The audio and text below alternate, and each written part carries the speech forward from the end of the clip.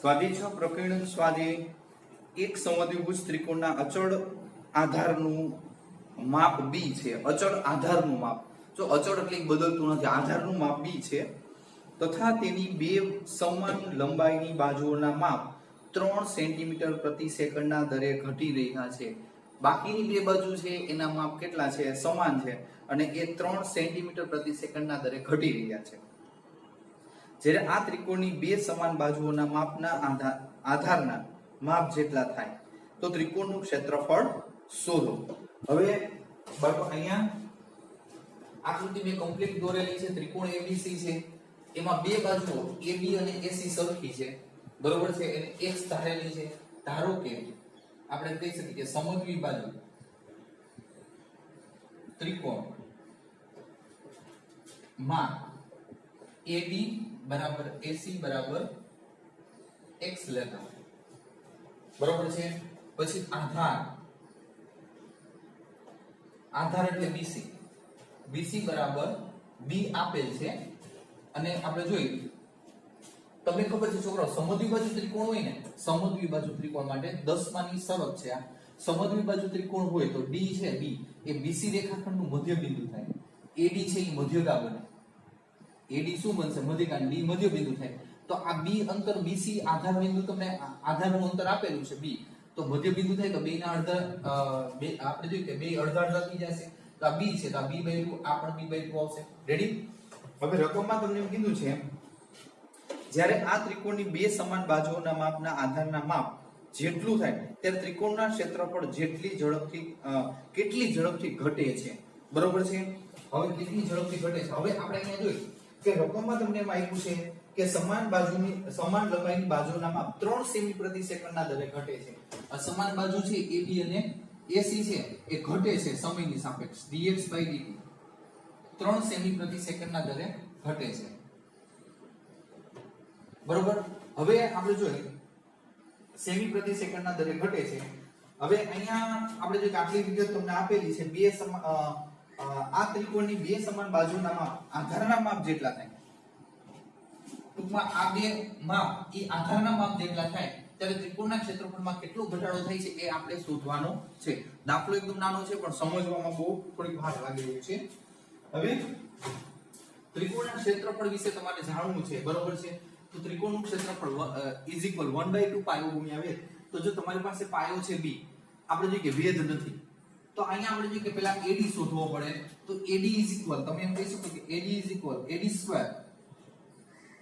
અથવા તો આપણે જોઈએ કે AD + BC AD2 + BC2 = AC2. therefore AD આપણે શોધવાના છે AD2 + BC B2/4 AC2 x2 અને સામેની બાજુ લઈ જાવ અને આપણે જોઈએ કે વર્ગ દૂર કરી નાખો. therefore AD = x2 - B2/4. હવે વર્ગ દૂર કર્યો એટલે અંડર રૂટમાં આવશે. હવે આપણે જોઈએ ત્રિકોણનું ક્ષેત્રફળ, ત્રિકોણ ABC નું ક્ષેત્રફળ A = 1/2 પાયો ગુણ્યા વેધ. તો આપણે જોઈએ કે A = 1/2 આ પાયો = B અને વેધ = AD, બરોબર છે. તો તમે AD અહીંયા શું લખી શકો? x2 - B2/4, બરોબર. હવે આનું આપણે વિકલન કરવાનું છે. ક્ષેત્રફળમાં કેટલો ઘટાડો થાય છે એ આપણે શોધવાનું છે. તો આપણે જો કે t ની સાપેક્ષ વિકલન કરશો તો dA/dt જો t ની સાપેક્ષ ઘટાડો થાય સમયની સાપેક્ષ 1/2 * b આ એનો અચળ પદ છે. હવે આનું વિકલન √x નું વિકલન 1/2 √x. તો આપણે કહી શકીએ કે 1/2 √x2 - B2/4. હવે અહીંયા બાળકો આપણે એમ કહી શકીએ કે જો આ અંદરનાનું વિકલન, તો જો x2 નું વિકલન શું થશે? 2x અને B2/4 એ તો અચળ 0 થઈ જશે અને આ 2x. રેડી?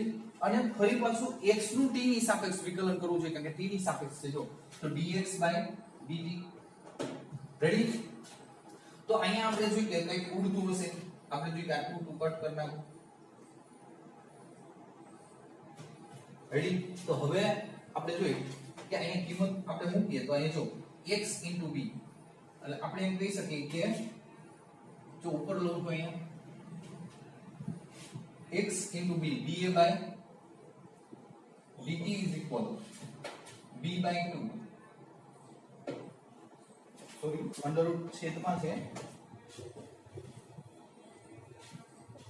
હવે જોઈએ કે અહીંયા x into b બરોબર હવે અહીંયા આપણે જોઈએ કે આ 2 under root x square minus b square by 4 બરોબર છે xb આ 2 છેદમાં 2 અંડર રૂટ પછી dx by dt હવે dx by dt ની કિંમત બાળકો તમને આપી છે જો અહીંયા dx by dt 3 હવે આપણે અહીંયા શું કહે છે કે ક્ષેત્રફળ ક્યારે ઘટે તો જો તમને એમ કહે છે કે આપણે જો આ બે સમાન બાજુના આધાર છે સરખા થાય એટલે x તમારે b લેવાનું થાય ક્ષેત્રફળ ક્યારે ઘટે છે બરોબર છે એ શોધવાનું છે આ સમાન બાજુ થઈ ત્યારે ક્ષેત્રફળમાં થતો ઘટાડાનો દર શોધો તો આપણે જે કે બે સમાન બાજુને આધાર બે સરખા થાય ત્યારે ક્ષેત્રફળમાં થતા ઘટાડાનો દર તો આપણે જે કે અહીંયા આપણે જે કે x ની જગ્યાએ b લ્યો into b by 2 under root x square b square minus b square by 4 into 3 તો આપણે એમ કહી શકીએ કે અહીંયા 3b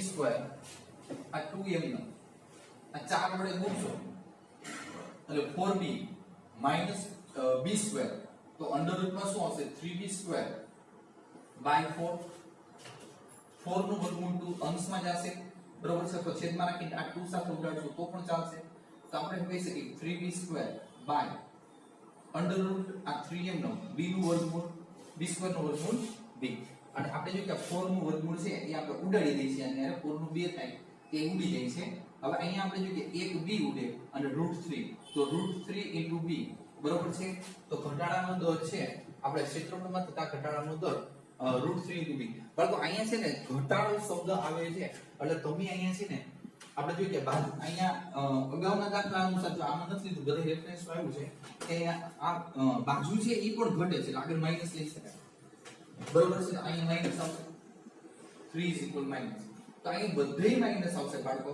તો ઘટાડાનો દર એટલે માઈનસ વડે દર્શાવાય બરોબર છે તો આપણે જે કે પ્રશ્નનો જે જવાબ છે એ કઈ રીતે આપણે રજૂઆત કરવાની થાય તો ક્ષેત્રફળમાં થતા ઘટાડાનો દર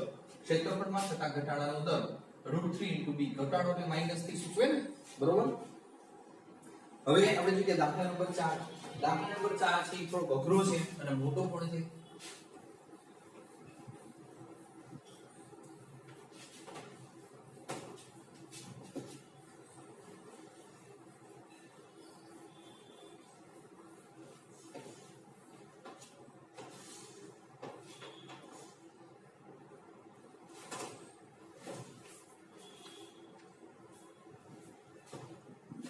હજુ કે વક્ર તમને આપ્યું છે વક્ર x2 = 4y હવે ના બિંદુ 1 2 માંથી પસાર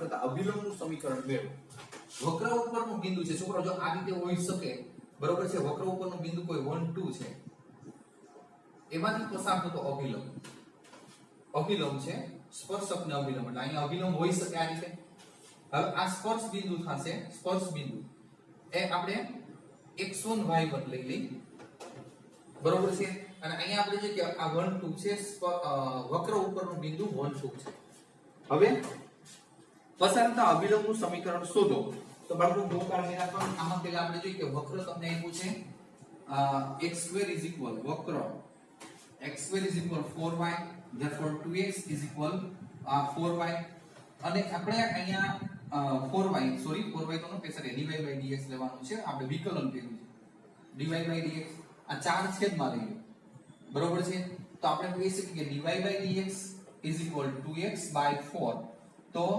dy by dx = x by 2 હવે આપણે કહી શકીએ આ તમને વક્રનો સ્પર્શકનો વક્રનો ઢાળ મળે છે બરોબર x1 y1 બિંદુ હોય તો આપણે આમ કહી શકીએ કે dy by dx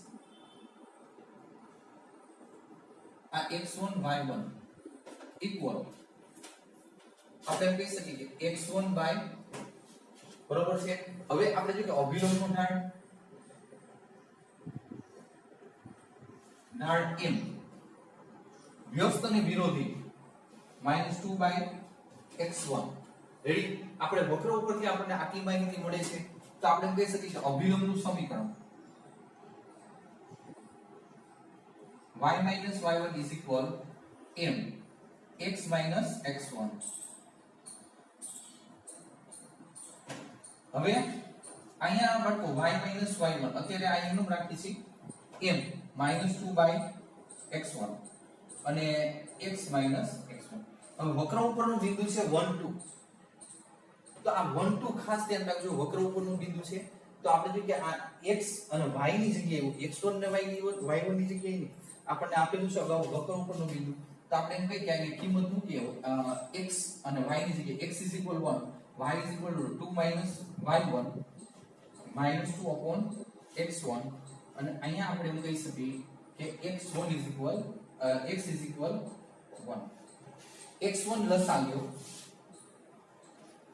x1 લસા તો અહીંયા 2x1 x1 y1 equal -2 plus 2x1. હવે બે બાજુ 2x1 2x1 પર હવે બે બાજુ માઈનસ માઈનસ માઈનસ પ્લસ તો x1 y1 2 મળે છે અને અહીંયા આપણે જોઈએ કે x1 આપણે કહી શકીએ કે 2 upon y1. હવે આ વક્ર છે વક્ર એ પણ આપણે જોઈ શકીએ કે x1 y1 માંથી પસાર થાય છે તો x ની જગ્યાએ x1 અને y1 ની જગ્યાએ y1 લઈ શકીએ. x1² 4y1. તો આપણે આ x1 ની કિંમત છે અહીંયા લખી શકો તમે. તો આપણે જોઈએ કે 2 upon y1 all over square 4y1. બે બાજુ વર્ગ એટલે 4 upon y1 square 4y1. આ 4 4 કટ આપણે એમ કહી શકીએ કે આ y1 આ બાજુ લ્યો y1 સ્ક્વેર આ બાજુ લ્યો તો અહીંયા આવશે y1 ક્યુબ અને અહીંયા 4 4 ઉડી જાય એટલે 1 વધશે. તો અહીંયા બાળકો આપણે એમ કહી શકીએ કે y1 1 એટલે કે 1 નું ઘનમૂળ 1 થાય છે. હવે અહીંયા આપણે જે આને 1 કહી દો 1 બરોબર છે તો 1 પરથી તો તમને x1 મળશે x1. જો y1 ની કિંમત 1 એટલે 2 બરોબર છે. તો આપણે જે આ સ્પર્શ બિંદુ આપણે જે કે સ્પર્શ આ બિંદુ આપણને મળે 2 1 બરોબર છે. સ્પર્શ બિંદુ શું મળ્યું 2 1 મળ્યું છે. હવે અહીંયા આપણે જોઈએ કે આ x1 y1 આગળ અભિલંબનો ઢાળ છે એ જોતો હોય અભિલંબનો ઢાળ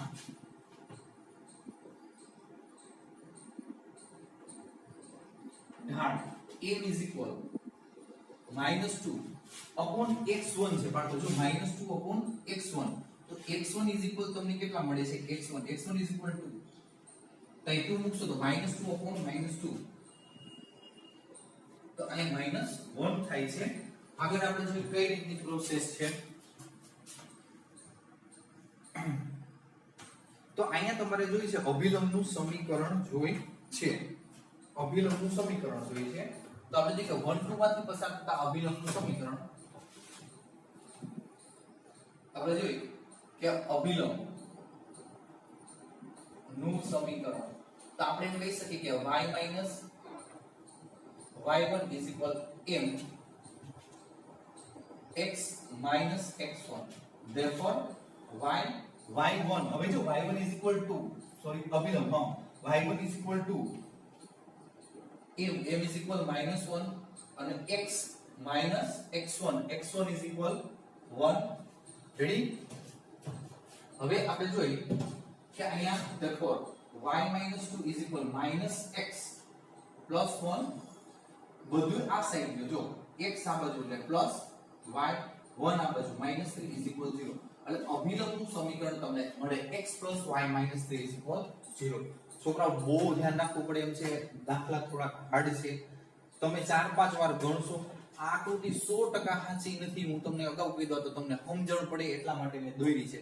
અમુક રેફરન્સમાં જુદી હોય છે. આ તો મેં મારા અનુભવ અંદાજ પ્રમાણે દોરેલી છે કે તમને ખબર પડે.